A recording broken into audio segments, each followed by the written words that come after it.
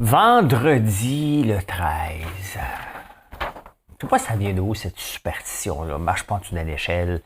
Le chat noir. Vendredi 13. Hey, il fait beau. Tabarnouche, on va arrêter de se plaindre. Hey, je vais vous parler de ma déesse. Hey, je fais toute une chanson disco ce matin. Ouais. Ah, les heures passées sur vos écrans versus vos enfants. Attention. La Corée du Nord. Ouais. Qu'est-ce que j'ai marqué? Oh! Les animateurs prennent leur retraite. Ben oui. Les revenus des patrons, Québécois et le sans-fil, on enchaîne Québécois. Au Québec, ici, qu'est-ce qui se passe? Insolite! La crypto-finance, on commençait à parler juste de finance, et le lait qui est encore sous pression. On va parler de ces sujets-là ce matin.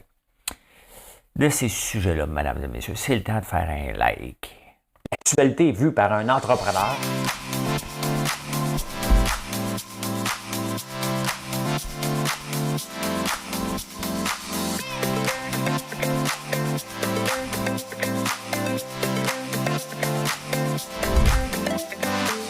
Ça bulle, parce que des fois j'ai des bulles, mais ça bulle.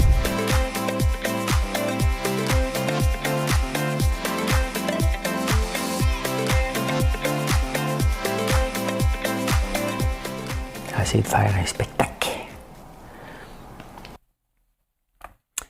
Hey, bon matin.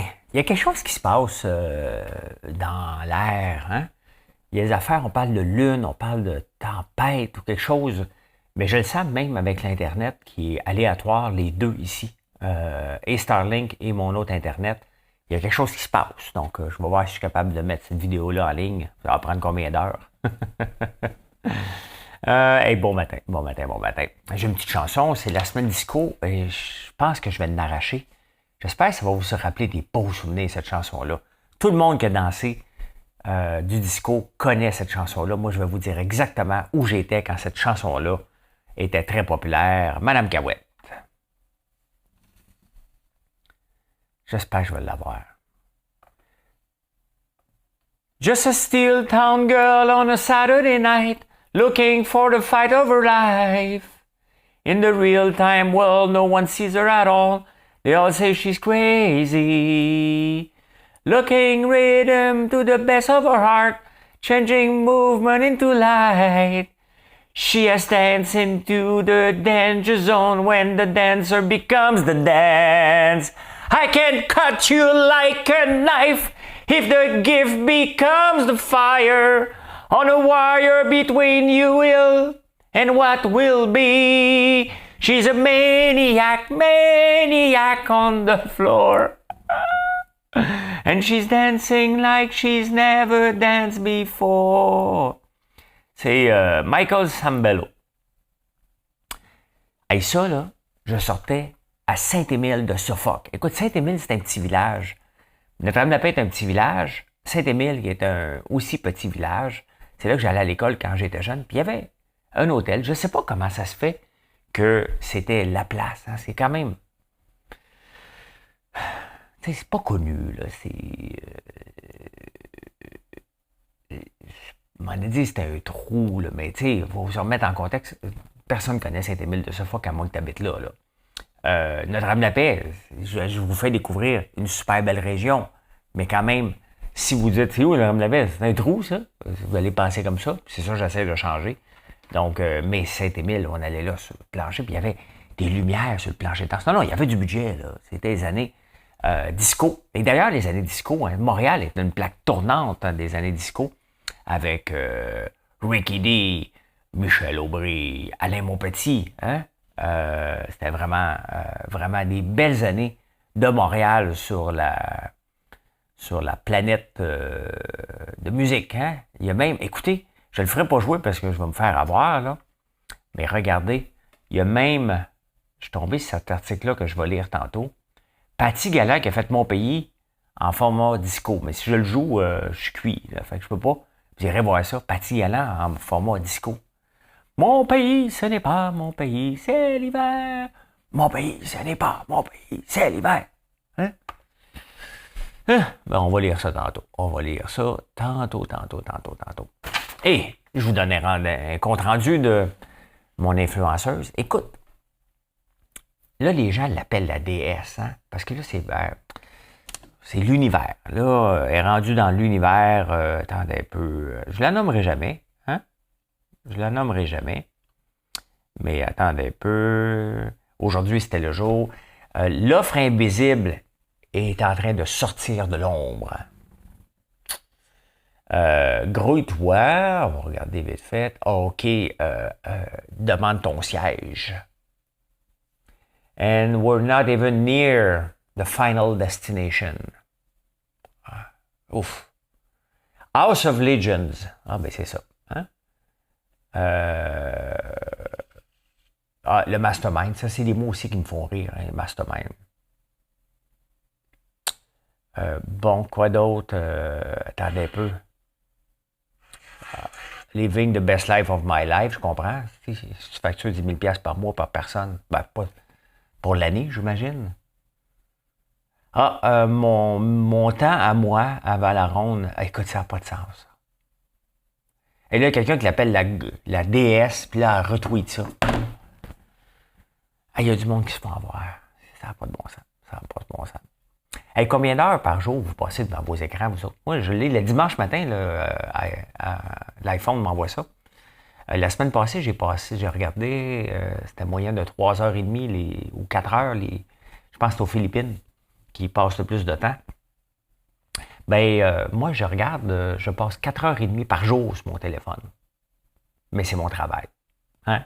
Je suis toujours en train de vous jaser, en train de fouiller. Donc, 4h30 par jour, je passe sur mon téléphone. C'est énorme. Mais j'en dors juste 4. C'est pas tant que ça par rapport à mon temps de sommeil. Hein? C'est sûr que si tu fais la vie d'un chat, tu te réveilles tout le temps, puis tu passes 4h30 sur ton téléphone, c'est une autre affaire. Mais il y a une étude qui est sortie que les parents qui passent le plus de temps sur leurs écrans, les enfants sont moins bons. C'est ça. Ils sont moins intelligents. Les parents. Papa! Ah, je suis occupé, là. TikTok. Hein? Fait que ouais, la corrélation des parents qui sont beaucoup sur les réseaux sociaux et la réussite scolaire des enfants est interreliée. On est rendu là. On fait des études sur des études sur des études. Ben, sachez-le. Hein? Moi, je suis capable de me parler. Égal enfant, moins. Je sais pas. Hey, la Corée du Nord a son premier cas de COVID, comme un peu en retard de tout le monde. Là, il a fermé ses frontières. Moi, ce que je me pose comme question, les frontières sont ouvertes. Mettons que moi, je dis, je m'en vais où en vacances cette année? Là? Corée du Nord. Marilyn! On s'en va en Corée du Nord! Yeah! Il me semble que c'est pas une destination vacances. Hein? Il me semble que tu ne rentres pas et tu ne sors pas facilement de la Corée du Nord. Ben, en tout cas, il y a un premier cas de COVID. Fait que là, c'est 0. On en parle beaucoup de ce pays-là, hein? Parce que c'est un flyer, là, mais il y a des pays qui n'arrachent. Ça va être un pays qui n'arrache. On en parle beaucoup. Hein? Kim Jong-un. Les animateurs de Radio-Canada prennent toute leur retraite. Ça me fait rire un peu. Parce que il y a Bernatchez à Québec, il y a Michel Lacombe, il y a Céline Galipo dernièrement. Et on le voit dans une entreprise syndiquée. Puis je dis pas seulement, Pierre Bruno aussi va prendre sa retraite, Denis Lévesque. Il y a comme tout un renouveau là, qui s'en vient dans les bulletins de nouvelles qui va être nécessaire parce que quand même, hein, mais on le voit à Radio-Canada, la plupart des animateurs sont tous très âgés. Hein? C'est pas mal, là, ils sont bons. S'ils sont encore là, c'est parce qu'ils ont des codes d'écoute. Hein? C'est tout simplement comme ça. Mais la plupart prennent leur retraite, ce qui est bon. Hein? Ce qui est très, très bon. Mais à 77 ans, quel âge qu'il y a Bernatchez, je ne sais pas. Mais de ce temps-ci, c'est que les retraites. Hein? À Radio-Canada, à Denis Lévesque, je vais prendre ma retraite, moi. Je vais faire une annonce. Non, j'ai déjà été à la retraite. Mais là, je ne suis plus vraiment à la retraite. Hein. C'est un peu intense, mon affaire. J'aime ça. Hey, la rémunération des patrons. On parle de ça, souvent ça revient. Hein? Pierre Calpelado gagne 2,58 millions. Bon, il y en a qui gagnent de l'argent. Un qui attire mon attention, j'oublie le nom, c'est pas grave.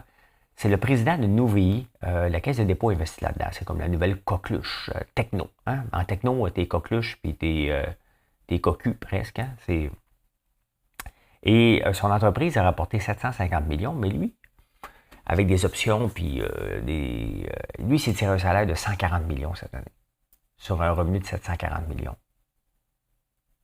C'est le PDG le plus payé. 140 millions, c'est effronté un petit peu, hein? 140 millions. Il a le droit. Il se l'est voté, le conseil d'administration a dit oui, mais tabarnouche. Hein? 140 millions sur 750 millions de revenus. 1$, c'est même pas... Puis ils perdent 100 millions en passant. C'est ça qui est effronté. Hein? Si je suis un investisseur, là, moi, puis je regarde ça à la bourse, là, on va aller voir ce que ça dit la bourse pour lui. On va regarder qu'est-ce que ça dit, Nouvei. Il doit manger une volée lui aussi.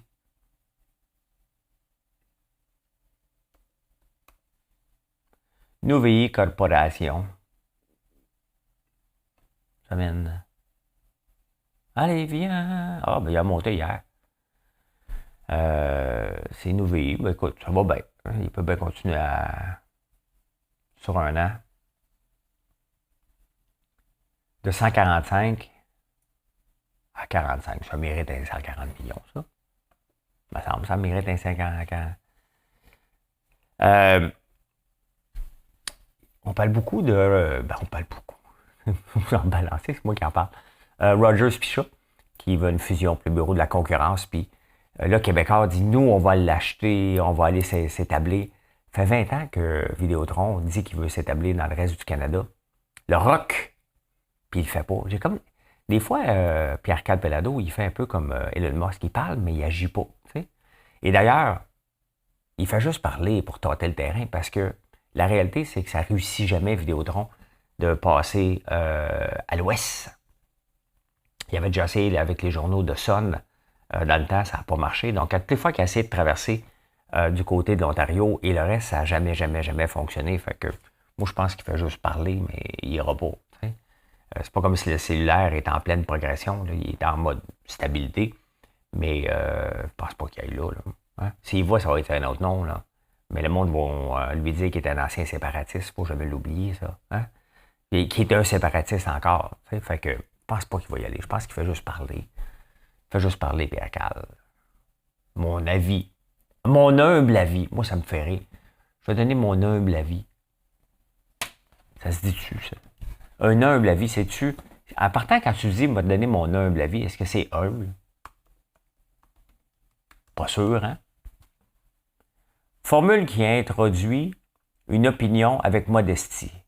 Modestie qui peut être feinte. Voilà. Hein? À mon humble avis, ça serait une erreur de mettre cette robe aujourd'hui. Ouais, ça veut dire... écoute-moi bien, là. Hein? Ton humble avis, là, ça veut dire j'ai raison, obstine-toi pas. Hein? Je le sais et tu le sais. Hein? À mon humble avis, je passe. Ben oui, mais qu'est-ce que vous voulez? Hein? J'aime mon fils. J'aime mes fils. Mes fils sont des hommes. Et j'aime les hommes. Si j'aime mon fils et que mon fils est un homme, ben j'aime les hommes. Voilà. J'aime Jonathan dans Survivor. Oh, non, niaisez pas, là. Mettez-le pas devant moi, là. Marilyn est en danger. Ben, ce serait mon bro, Jean-Thomas, pas Marilyn. Marilyn n'est pas en danger. Jean-Thomas serait en danger si vous me mettez devant Jonathan de Survivor. Je suis obligé de dire à Jonathan, Jean-Thomas, m'excuse, je t'aime beaucoup, mais la compétition est forte. Et c'est pas juste physique, là. C'est ensemble de l'œuvre. Hey, au Québec, c'est... Au Québec, c'est... Qu'est-ce qui se passe au Québec, c'est? Il y a le chemin Roxham ici au Québec. Donc, si tu es un immigrant, tu veux venir au Canada, tu arrives à l'aéroport, on te refile. On va dire, remplis tes papiers. Hein? Les papiers, s'il vous plaît. Tu reviens. Si tu arrives par le chemin Roxham, tu passes. Hein? C'est quand même inacceptable. Dans un pays, j'écoutais hier la radio, puis c'est un pays sécure, les États-Unis. Donc, entre pays tiers, sécuritaires, il y a quelque chose comme ça. Qu'on ait une passoire comme ça, chemin Roxham, c'est inacceptable. Hein? C'est inacceptable, mais Trudeau ne veut pas toucher à ça. Fait que lui, il dit non, non, on reste ça comme ça. Puis plus il parle, plus il y en a qui s'en viennent, puis c'est le Québec qui est pogné avec ça. Un trou dans la clôture, là, on peut-tu faire mettre de la barbelée, là, fermer ça, ça n'a pas de sens. Mais on est au Québec, ici. Hein? Mais dans le fond, c'est pas au Québec, on est au Canada ici, parce que le Québec veut fermer, mais c'est pas lui qui contrôle. Mais il peut-tu mettre la clôture? Mais tu arriver et dire, toi, je vais mettre une clôture? C'est beau. Fitzgibbon qui a annoncé hier au Québec site, hein, on annonce une autre subvention de 211 millions. Hey, on est-tu en période préélectorale? Non, mais tabarnouche, à tous les jours, ce gars-là, là, il annonce, il y a la filière, il y a des mots, là, l'axe, il faut développer cet axe-là. L'axe, filière, la table de concertation. Là, c'est les sciences de la vie. 211 millions, mais ça a l'air que ça va tomber. Si ça va bien, c'est pas vraiment de l'argent. Là, ça va, on va faire 5 fois notre mise. Et si ça va bien, ça s'en va dans les milliards.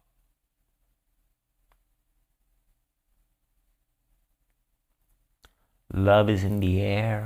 Everywhere I look around. Je suis comme tanné de l'entendre annoncer des subventions. Tu sais, après ça, les entreprises, ils disent on a peur avec la fin des programmes gouvernementaux de plus arriver, les PME. Faites-vous-en pas, là. Fitzgibbon est là. C'est pas la veille. Écoute, tous les jours, ils annoncent des 250, 550, 98 millions. Si j'étais capable d'en compter, j'irais là, $1, hein, je te partirais ça, mais je suis pas capable de faire 100 million. Hey, okay, who gave me 100 million? J'aime pas voir le gouvernement dépenser de l'argent comme ça. Hein? J'aime pas ça. Qu'est-ce que vous voulez que je vous dise? C'est mon humble avis. À mon humble avis. Diamant.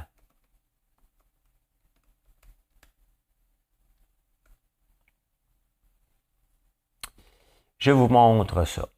Je vous montre ça. Insolite. Insolite. Il n'aimera pas ça que je le mette dans la... Le plus gros diamant de culture en Amérique vendu à un ancien d'occupation double. Ça, c'est comme... moi, je suis l'ex-dragon. Luc Poirier, il est l'ancien d'occupation double. Et bon. Il a offert une bague. J'ai 3 enfants. C'était tout simplement inconcevable de penser que des enfants aient pu extraire le diamant que j'allais offrir à ma femme. Parce que les diamants... Ben, les diamants au Québec ne sont pas par des enfants. C'est des syndiqués bien payés, là, subventionnés en plus.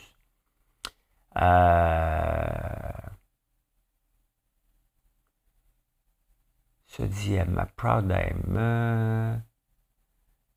Donc, Luc, ben, c'est ça. Il a acheté un diamant, le plus gros que le diamant de culture à sa blonde.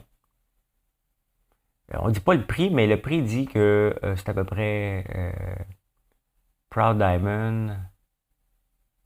Il a l'air de l'avoir livré comme ça. La pierre de luxe a pris plus de 3 mois de recherche à la compagnie étant fondée par Virginie Roy et Julien. Bon. Il est local, en plus. Bon, à peu près 450 000, à peu près 700 000 piastres. Bon, il y a de l'argent. Il y a de l'argent là qu'il doit faire ce qu'il veut, mais il me fait rire des fois. T'sais. Je trouve que c'est un bon gars. Je trouve que c'est un gars qui réussit extrêmement bien, on va se le dire. Mais il y a une façon de présenter ces choses qui est weird un peu, tu sais. Qui est weird un peu. C'est comme tout le temps, il y a tout le temps le mot comme voici, j'ai fait ça. Voici, j'ai ça. Voici, je peux me permettre ça. Et j'ai toujours un malaise quand je vois ces statuts Facebook. Mais j'y parle tout le temps là, quand je le rencontre. Là. On dit tout le temps qu'on va aller manger ensemble à un moment donné, mais ça ne donne jamais. Mais il y a toujours un malaise quand je le vois avec ces statuts. Je vous dis. Écoute, il y a une étude sérieuse qui s'est passée en Inde. Une étude très, très sérieuse qui s'est passée en Inde. Je ne sais pas pourquoi faire qu'ils ont étudié ça, mais je vous donne les résultats de l'étude. Les femmes écoutent plus leur mari que les maris écoutent leurs femmes.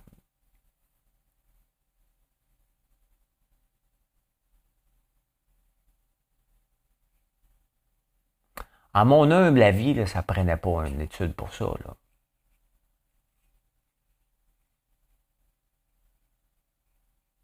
Mais qui a-tu du financement pour cette étude-là?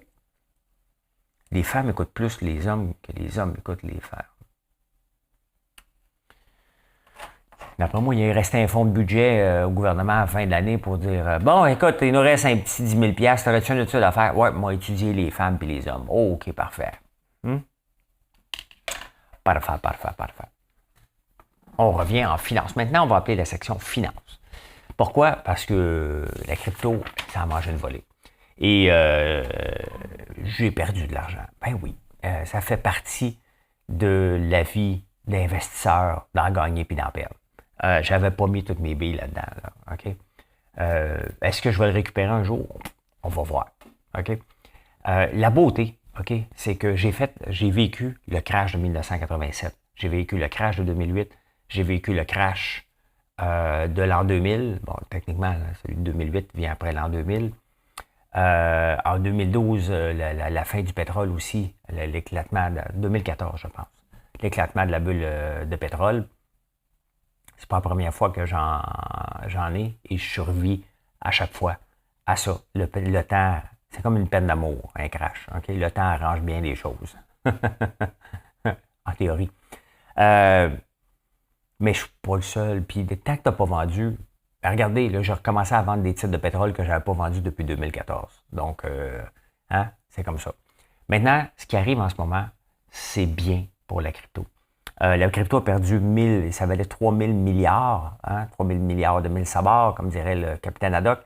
Maintenant, ça en vaut 1200. 1800 milliards ont été effacés depuis le pic au mois de novembre.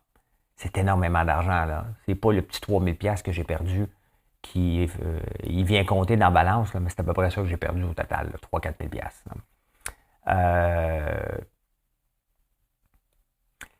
Là, les stablecoins, je pensais, puis ce que j'avais choisi, comme dans la plateforme Luna, puis je vous ai présenté Anchor, je vous ai présenté Alice, tout ça est tombé. Là. Ce que je vous ai présenté, qui était pour moi le système le plus financier puis le plus intéressant, ça a pété. Là. Je suis pas sûr que ça va revenir un jour, mais on parle de milliards de disparus, puis toute une infrastructure qui était malheureusement, probablement à la Ponzi. Si ça a pété, c'est souvent ça.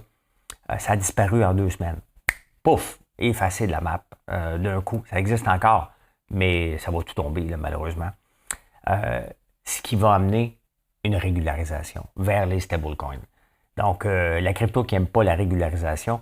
La crypto, en ce moment, c'est comme, c'est ce qui explique dans la presse, mais c'est comme ça, c'est comme une grosse entreprise technologique. Les entreprises technologiques, regardez comme Shopify, ont tendance à monter beaucoup parce que les gens pensent que c'est à l'infini les potentiels revenus, comme Tesla. C'est une compagnie automobile, mais surtout une compagnie technologique. Donc, toutes les compagnies techno ont tendance à monter en fou, dans l'espoir que ça va être très gros, ça retombe. Mais multiplier ça par 100 à peu près, c'est ça qui est la crypto.